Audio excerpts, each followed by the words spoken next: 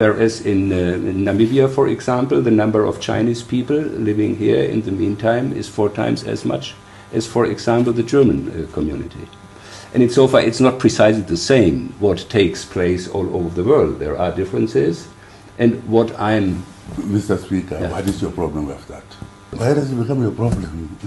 It looks like it's a more European problem than our problem. Yeah. You are so sorry for us. I don't see... Chinese will never come and play around here. As Germans not allowed to do that. Which Germans are doing, by the way. You talk about Chinese. We allow Germans to come offer visas here. Red carpet. Our people are harassed in Germany. Even diplomatic passport holders. In Germany. And you come in here, Germans come in here as they want. So why Chinese talk about Germans? How you are treating us there? Chinese don't treat us like that. Diplomatic passport, we're coming under our own country. Don't be sorry for us. Absolutely, yeah. Yeah. Every time Westerner comes, it's about Chinese.